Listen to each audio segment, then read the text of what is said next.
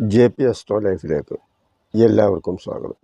ഇന്ന് ശുക്രനെക്കുറിച്ചാണ് പറയാൻ പോകുന്നത്. ശനിയെക്കുറിച്ച് കുറേ കാര്യങ്ങൾ പറഞ്ഞു. അതിനുശേഷം ശുക്രൻ സന്തോഷത്തെയും സുഖത്തെയും ഐശ്വര്യത്തെയും അതുപോലെ ഒരുപാട് ജീവിത സുഖങ്ങളെയും തരുന്ന ഒരു ഗ്രഹമാണ്. ശുക്രനെ സംബന്ധിക്കുന്ന അത്യാവശ്യമായ എല്ലാ വിവരങ്ങളും പറയണമെന്നാണ് ഉദ്ദേശിക്കുന്നത്. അപ്പോൾ ഈ ശുക്രനെ സംബന്ധിച്ച് ഏറ്റവും പ്രധാനപ്പെട്ട ഒരു യോഗം എന്ന് പറയുന്നത് പഞ്ചമഹാപുരുഷ യോഗത്തിലെ മാളവ്യ യോഗം അഥവാ മാളവീയ യോഗം എന്ന് പറയുന്ന യോഗമാണ്. അപ്പോൾ ആ യോഗത്തിലേക്ക് പോകുന്നതിന് മുമ്പ് ശുക്രനെ സംബന്ധിക്കുന്ന ചില പ്രാഥമികമായ കാര്യങ്ങളുണ്ട്. അപ്പോൾ അത്തരം കാര്യങ്ങൾ അറിഞ്ഞതിന് ശേഷം ആ യോഗത്തിലേക്ക് പോകുമ്പോൾ മാത്രമേ നമുക്ക് കൂടുതൽ കാര്യങ്ങൾ മനസ്സിലാക്കാൻ സാധിക്കൂ. മറ്റ് ഗ്രഹങ്ങളിൽ നിന്ന് വ്യത്യസ്തമായി അതിവിശാലമായി വ്യാപിച്ചു കിടക്കുന്ന പ്രവർത്തന മണ്ഡലം ശുക്രനുണ്ട്. സന്തോഷത്തിൻ്റെയും സുഖത്തിൻ്റെയും ഐശ്വര്യത്തിൻ്റെയും അനുഭവങ്ങൾ പ്രദാനം ചെയ്യാൻ കഴിവുള്ള ഗ്രഹമാണ് ശുക്രൻ. അറിവിൻ്റെയും ഐശ്വര്യത്തിൻ്റെയും പ്രതീകം എന്ന് പറഞ്ഞത് ഈ യോഗം, അതായത് മാളവ്യ യോഗം വിശകലനം ചെയ്യുമ്പോൾ അതിനെക്കുറിച്ച് നമുക്ക് കൂടുതൽ ബോധ്യം വരും. ദേവതാ വിഷയത്തിൽ ശുക്രൻ നൽകുന്ന ചില സൂചനകൾ കൂടി പറയാം. അന്നപൂർണേശ്വരി, ലക്ഷ്മി ഭഗവതി, വിദ്യാദേവതയായ സരസ്വതീ ദേവി എന്നീ ദേവിമാരെയൊക്കെ സൂചിപ്പിക്കുന്നുണ്ട്. പ്രശ്ന രീതിയിൽ ഇടവത്തിലെ ശുക്രൻ വിദ്യാകാരിയായ ശ്രീവിദ്യയെ, അതായത് സരസ്വതീ ദേവിയെയും, പ്രശ്നമാർഗം മുതലായ ഗ്രന്ഥങ്ങളിൽ ശുഭക്ഷേത്രത്തിലെ ശുക്രൻ ലക്ഷ്മി ഭഗവതിയും അന്നപൂർണേശ്വരിയും ദുർഗാ ഭഗവതിയുമാണെന്ന് സൂചിപ്പിക്കുന്നുണ്ട്. മീനത്തിലെ ശുക്രൻ ലക്ഷ്മി ഭഗവതിയായും ദുർഗാദേവിയായും പ്രശ്ന രീതിയിലും പറഞ്ഞിട്ടുണ്ട്. ഓരോ ഗ്രഹങ്ങൾക്കും ഓരോ രാശിയിൽ ദേവതാരൂപം പറഞ്ഞിട്ടുണ്ട്. അത്തരം കാര്യങ്ങൾ അറിയേണ്ടവർക്ക് ഉപകരിച്ചോട്ടെ എന്ന് കരുതിയാണ് പറയുന്നത്. കാരണം ഈശ്വരവിശ്വാസം അനുസരിച്ച് ജീവിക്കുന്ന വ്യക്തിക്കും ജ്യോതിഷം പഠിക്കണമെന്ന് ആഗ്രഹിക്കുന്നവർക്കും അതുപോലെ തന്നെ ഇത്തരം കാര്യങ്ങൾ അറിയുന്നത് നല്ലതാണ് എന്ന് ചിന്തിക്കുന്നവർക്കുമൊക്കെ ഈ കാര്യങ്ങൾ ഉപകാരം ചെയ്യും. ഈശ്വരവിശ്വാസിയായ ഒരാൾക്ക് മോശമായ അവസ്ഥയിൽ നിൽക്കുന്ന ഗ്രഹം അനുഭവം നൽകുന്നതും മോശമായിരിക്കുമല്ലോ. അത്തരം സാഹചര്യത്തിൽ ദേവതാരൂപം അറിഞ്ഞ് പ്രാർത്ഥനയും വഴിപാടും ചെയ്യുന്നത് വളരെയേറെ പ്രയോജനകരമായിരിക്കും എന്നുള്ളതും നമ്മൾ മനസ്സിലാക്കണം. ഉദാഹരണത്തിന് 2024, അതായത് ഈ മാസം മെയ് 20 മുതൽ ജൂൺ 10 വരെ ഇടവം, ചിങ്ങം, വൃശ്ചികം, കുംഭം രാശി ലഗ്നമായി ജനിക്കുന്ന കുഞ്ഞുങ്ങൾക്ക് മുമ്പേ പറഞ്ഞ മാളവ്യ യോഗം ഉണ്ടാകും. അതുപോലെ ഇടവം, ചിങ്ങം, വൃശ്ചികം, കുംഭം രാശി കൂറുകളിൽ ജനിച്ചവർക്കും, ആ കൂറുകളിൽ ജനിച്ചവരെന്ന് പറയുമ്പം കാർത്തിക, മുക്കാല്, രോഹിണി, മകയിരം ആ നക്ഷത്രത്തിലുള്ളവർ, മകം, പൂരം, ഉത്രത്തിൻ്റെ ആദ്യത്തെ 3 പാദത്തിൽ ജനിച്ചവർ, വിശാഖം 4-ാം പാദം, അനിഴം, കേട്ട നക്ഷത്രത്തിൽ ജനിച്ചവർ, അതുപോലെ അവിട്ടത്തിൻ്റെ 2-ാം പാദം, 3-4 പാദങ്ങളിൽ, 2-ാം ഭാഗം എന്നാണ്, 3-4 പാദങ്ങളിൽ ജനിച്ചവരും, ചതയം, പൂരിട്ടാതിയുടെ 1, 2, 3 പാദങ്ങളിൽ ജനിച്ചവരും ഈ പറയുന്ന രാശി കൂറുകളിൽ വരും. അവർക്ക് ഈ മാളവ്യയോഗം പറയുന്ന വിധത്തിൽ അത്ര വിപുലമായ രീതിയിൽ അനുഭവമൊന്നും വരാനുള്ള സാധ്യതയില്ല. കാരണം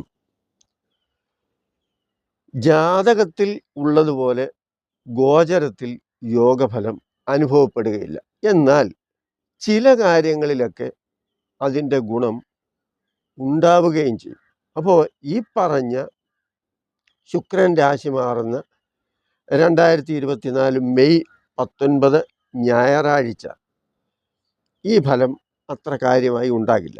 അതുപോലെ ജൂൺ 12 രാശി മാറുമ്പോൾ ആദ്യ ദിവസവും അവസാന ദിവസവും ഭാവഫലത്തിൽ വ്യത്യാസം വരുന്നത് കൊണ്ടാണ് മെയ് 20 മുതൽ ജൂൺ 10 വരെ എന്ന് പറഞ്ഞത്. ശുക്രൻ്റെ കൂടുതൽ വിവരങ്ങൾ അസ്ട്രോളജി പഠിക്കുന്നവർക്ക് വേണ്ടി പറയാം. ആ കാര്യങ്ങൾ അറിയാൻ ആഗ്രഹിക്കുന്നവർക്ക് വേണ്ടിയുള്ള ആണ് ഈ കാര്യങ്ങൾ. മീനൻ രാശിയിൽ 27ാമത്തെ ഡിഗ്രിയിൽ ഉച്ചനാകും. അതുപോലെ തന്നെ കന്നി രാശിയിൽ അതേ ഡിഗ്രിയിൽ നീചനാകുന്ന ഗ്രഹമാണ് ശുക്രൻ. തുലാൻ രാശിക്ക് 5 ഡിഗ്രി ആകുമ്പോൾ മൂലക്ഷേത്രവും ചന്ദ്രനും ബുധനും ചൊവ്വായും വ്യാഴവും ഇങ്ങനെയുള്ള മറ്റ് ഗ്രഹങ്ങളെ നമ്മൾ ചിന്തിക്കുമ്പോൾ ശനിയും ബുധനും ബന്ധുക്കളും ചൊവ്വായും വ്യാഴവും സമന്മാരും സൂര്യനും ചന്ദ്രനും ശത്രുക്കളുമാകുന്നു. വേദത്തിൽ ശുക്രൻ യജുർവേദത്തെയും സൂചിപ്പിക്കുന്നതും നദിയെ സംബന്ധിച്ച് പറയുമ്പോൾ കാളന്തിയെയും, ഭാവരസങ്ങൾ നമ്മൾ ആലോചിക്കുമ്പോൾ ശൃംഗാരത്തെയും, നിറം ഓരോ ഗ്രഹങ്ങളുടെയും നിറമേത് എന്ന് ചിന്തിക്കുമ്പോൾ ചിത്രവർണം എന്നാണ് പറയുന്നത്. അതായത് പല നിറങ്ങൾ കൂടിച്ചേർന്ന്, അല്ലെങ്കിൽ മൾട്ടി കളർ എന്ന് വേണമെങ്കിൽ പറയാം. പൂക്കളെ സംബന്ധിച്ച് ചിന്തിക്കുമ്പോൾ ശുക്രൻ മുല്ലയും, നവരസങ്ങളിൽ ശുക്രൻ ശൃംഗാരവും, അല്ലാതെയുള്ള രുചിയിൽ ശുക്രൻ പുളിരസത്തെയും, രത്നങ്ങളിൽ പുഷ്യരാഗത്തെയും, അതുപോലെ മുത്തുകളും, ലോഹത്തെ സംബന്ധിച്ച് ചിന്തിക്കുമ്പോൾ അത് ശുക്രന് വെള്ളിയുമാണ്. ഇനിയും ശുക്രനെ സംബന്ധിക്കുന്ന മറ്റു ചില സൂചനകളെന്ന് പറയുന്നത് അമ്മ, ചെറിയമ്മ, ഭാര്യ, ദാസി, ഗായിക തുടങ്ങി സ്ത്രീകളെ സംബന്ധിക്കുന്ന സൂചനകളാണ് ശുക്രൻ തരുന്നത്. ഇനിയും ശുക്രനെ സംബന്ധിച്ച് അതുപോലെ തന്നെ മറ്റ് ഗ്രഹങ്ങളെ സംബന്ധിച്ചും സാധാരണഗതിയിൽ ഒരുമാതിരിപ്പെട്ട ആൾക്കാർക്കൊന്നും അറിയില്ലാത്ത ചില കാര്യങ്ങളുണ്ട്. അതിനെ മെഡിക്കൽ അസ്ട്രോളജി എന്നൊക്കെ പറയാറുണ്ട്. അതായത് ഒരു ഗ്രഹം രോഗങ്ങളെ സൂചിപ്പിക്കുന്നത് എങ്ങനെയാണ്, അത് ഏതൊക്കെ രോഗങ്ങളെ സൂചിപ്പിക്കുന്നു എന്നൊക്കെയുള്ള കാര്യങ്ങൾ. ഇവിടെ ശുക്രനെ സംബന്ധിച്ച് നമ്മൾ നോക്കുമ്പോൾ ഒന്നാമത്തേത് ഗർഭപാത്ര സംബന്ധമായ പ്രശ്നങ്ങൾ, അതായത് യൂട്രസിനെ സംബന്ധിക്കുന്ന കാര്യങ്ങൾ, അത് ചുരുങ്ങുക, ബലം കുറയുക, അതിൽ കുരുക്കൾ വരിക, ഗർഭപാത്രത്തിൽ വളരുന്ന കുഞ്ഞിന് വേണ്ട രീതിയിൽ സംരക്ഷിക്കാനുള്ള ശേഷിയില്ലാതെ വരിക, അബോർഷനാവുക, രക്തസ്രാവം ഉണ്ടാവുക, അണ്ഡോൽപാദനം കാര്യക്ഷമമായി നടക്കാതിരിക്കുക, ക്രമം തെറ്റി പല പ്രാവശ്യമായിട്ട് മെൻസസ് വരിക എന്നൊക്കെയുള്ള കാര്യങ്ങൾ ഈ ശുക്രനെ സംബന്ധിച്ച് നമുക്ക് പറയാൻ സാധിക്കും. അതുപോലെ മൂത്രാശയ രോഗങ്ങൾ രണ്ടാമതായി പറയുന്നത്. മൂത്രാശയ രോഗങ്ങളെന്ന് പറയുമ്പോൾ ഇൻഫെക്ഷൻ വരാം, അലർജി വരാം, മൂത്രത്തിൽ പഴുപ്പ് വരാം, വെള്ളപ്പോക്ക് വരാം, മൂത്ര തടസ്സം വരാം. ഇങ്ങനെയൊക്കെയുള്ള മൂത്രാശയ സംബന്ധമായ എല്ലാ രോഗങ്ങളും ഇതിൽ വരും. മൂന്നാമതായിട്ട് പുരുഷന്മാരെ സൂചിപ്പിക്കുന്ന കാര്യങ്ങളിൽ ശുക്ലസ്രാവം, ബീജബലം കുറയുക, ബീജോൽപാദനം ഗണ്യമായി കുറഞ്ഞു വരിക, ആരോഗ്യമുള്ള ബീജങ്ങളുടെ എണ്ണം കുറയുക, ബീജസങ്കലനം നടത്താനുള്ള ശേഷി ബീജത്തിനില്ലാതെ വരിക, ഇതെല്ലാം ശുക്രനെ സംബന്ധിക്കുന്ന കാര്യങ്ങളാണ്. നാലാമതായിട്ട് പറയുമ്പോൾ കഫസംബന്ധമായ രോഗങ്ങൾ, അത് വിശദീകരിക്കുന്നില്ല. കഫസംബന്ധമായ നിരവധി പ്രശ്നങ്ങളുണ്ട്. അത് സാധാരണഗതിയിൽ എല്ലാവർക്കും ഊഹിക്കാവുന്ന കാര്യങ്ങളേ ഉള്ളൂ. അഞ്ചാമത്തേത് ശരീരം മെലിഞ്ഞ് സൗന്ദര്യം പെട്ടെന്ന് കുറഞ്ഞു കുറഞ്ഞു വരിക. ആറാമത്തേത് ശരീരം നീര് വന്ന് വീർക്കുക. ഏഴാമത്തേത് കിഡ്നി കരൾ സംബന്ധമായ രോഗങ്ങൾ, ഇപ്പം കരൾ വീക്കവും മഞ്ഞപ്പിത്തവും അതുപോലെ നിരവധി പ്രശ്നങ്ങളുണ്ട് അങ്ങനെയൊക്കെയുള്ളത്. പിന്നെ ഉള്ളത് വിറ്റാമിൻ ഇയുടെ അഭാവത്തിൽ വരാവുന്ന ചില കാര്യങ്ങൾ. ഇത്രയുമാണ് പ്രധാനമായും പറയാൻ കഴിയുന്ന ശുക്രനെ സംബന്ധിക്കുന്ന കാര്യങ്ങൾ. ഇവിടെ നമ്മൾ ശ്രദ്ധിക്കേണ്ട ഒരു കാര്യം എന്ന് പറയുന്നത്, ശുക്രൻ നിൽക്കുന്ന രാശി, ശുക്രൻ ഏത് രാശിയിലാണോ നിൽക്കുന്നത് അതിന് പ്രാധാന്യമുണ്ട്.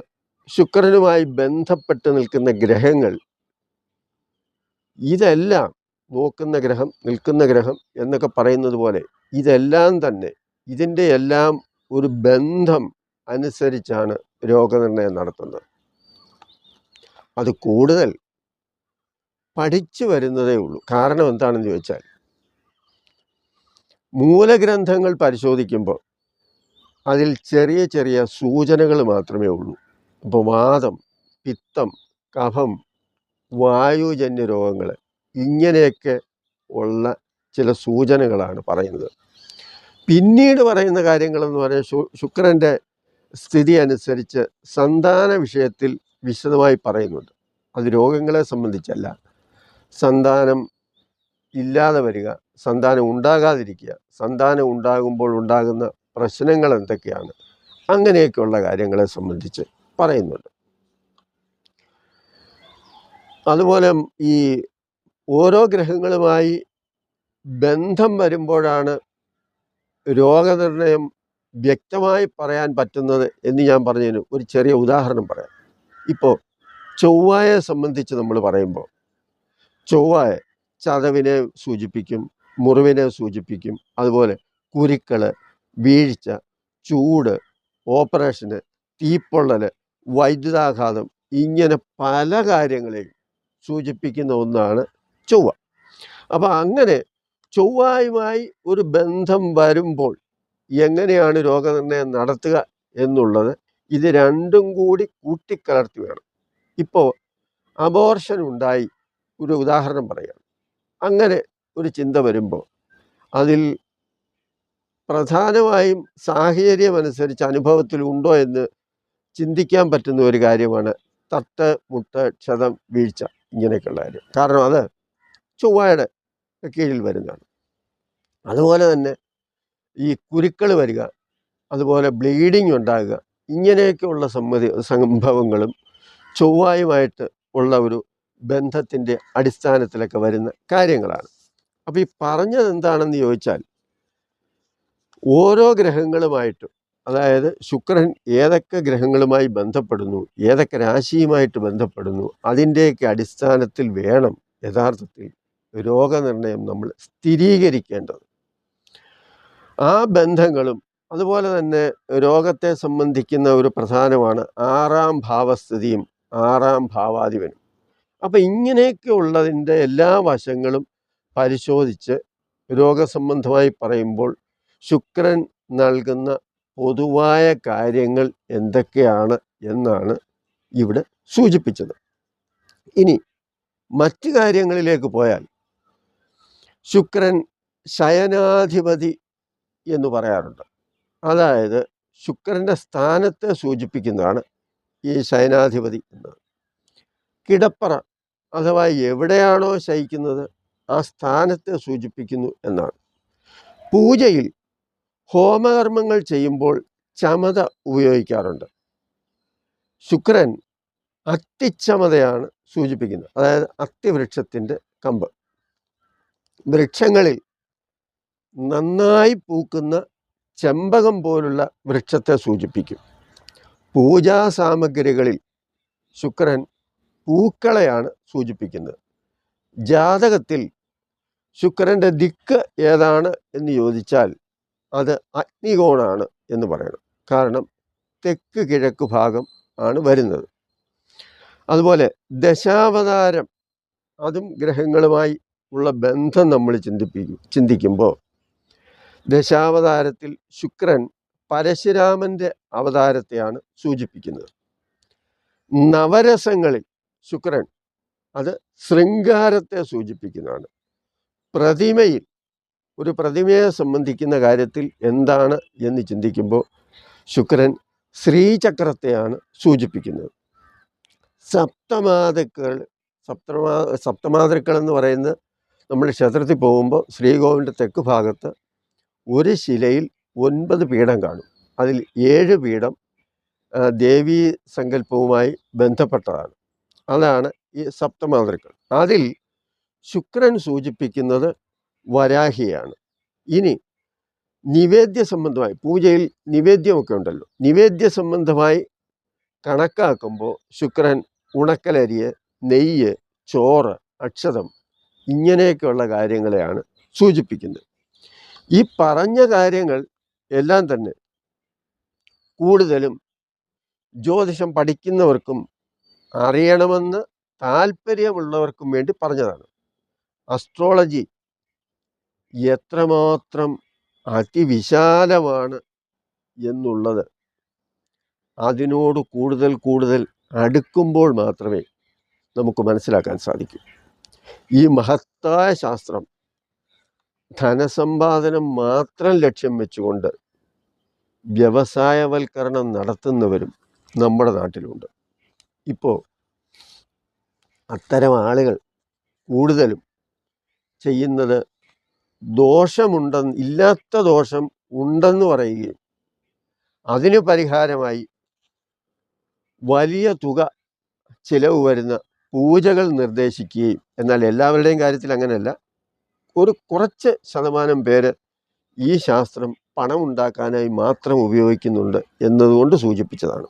അപ്പം അങ്ങനെയൊക്കെയുള്ള കാര്യങ്ങൾ ഇതിനകത്ത് ഉൾപ്പെടും. അതുപോലെ ഈ ലോകത്തിലുള്ള സകല കാര്യത്തിനും കോടീശ്വരനാകാനും ശത്രുവിനെ കൊല്ലാനും അതുപോലെ തന്നെ എന്ത് കാര്യം സാധിക്കുന്നു, ഉടനെ കല്യാണം നടത്താനും ഭാര്യയെ ഉപേക്ഷിക്കാനും അല്ലെങ്കിൽ എന്തെല്ലാം കാര്യമുണ്ടോ അതിനെല്ലാം യന്ത്രക്കച്ചവടം നടത്തുന്നവരുമുണ്ട്.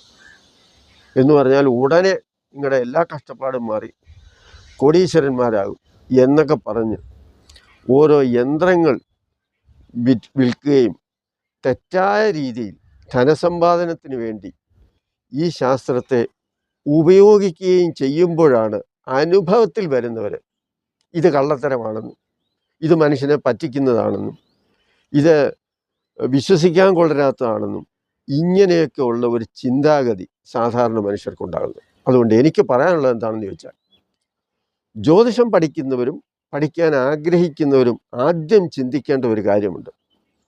അല്പം അറിഞ്ഞെന്ന് വിചാരിച്ച് ജ്യോതിഷത്തിൽ എങ്ങും എത്തില്ല. എത്രത്തോളം പഠിക്കാൻ സാധിക്കുമോ അത്രത്തോളം പഠിക്കുക.